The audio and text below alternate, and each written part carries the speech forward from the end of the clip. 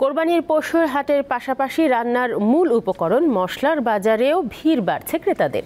বাজার ছাড়াও বিভিন্ন স্থানে পশুর হাটের পাশে খোলা জায়গায় বসেছে মশলার দোকান।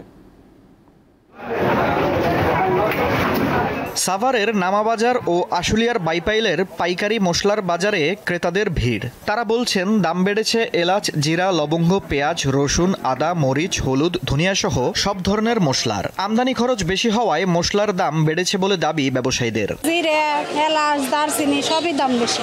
আগে 1 কেজি করে কিনতাম, কিন্তু এখন কিনছে 100 গ্রাম। মশলার পরিমাণের দাম একটু বেশি, এই জন্য একটু কম করে কিনি। মানে ইম্পোর্টে যদি না আসে মাল তখন এমনি দাম বেড়ে যাবে। দিনাজপুরে খোলা আকাশের নিচে বসেছে সারি সারি মশলার দোকান। জিরা, সাদা এলাচ, কালো এলাচ, লবঙ্গ, গোলমরিচ, দারচিনি, তেজপাতা, আদা, রসুন, পেঁয়াজ নিয়ে খোলা মাঠে সারি সারি দোকান বসেছে। প্রায় প্রতিটি পশুর হাটের পাশেই মশলার দোকান বসেছে। মানে মশলা বলতে না, প্রতিটা পণ্যের তো দাম বেশি। এখন নিচ্ছি, একটু কম করে নিচ্ছি, দাম বেশি বলে কম করে নিচ্ছি। জিরাটার একটু দাম বৃদ্ধি হয়েছে।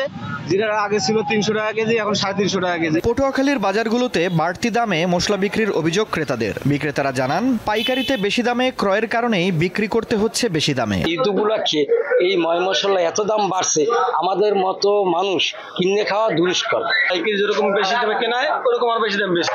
পাইকারি কমে কিনতে পারতাম, কমে বিক্রি করতে পারতাম। মাগুরায় কোনো কোনো মশলার দাম কেজিতে বেড়েছে 12 থেকে 1600 টাকা। সবচেয়ে বেশি বেড়েছে এলাচের দাম। আফরিদ হাসান, দীপ্ত বার্তা কক্ষ।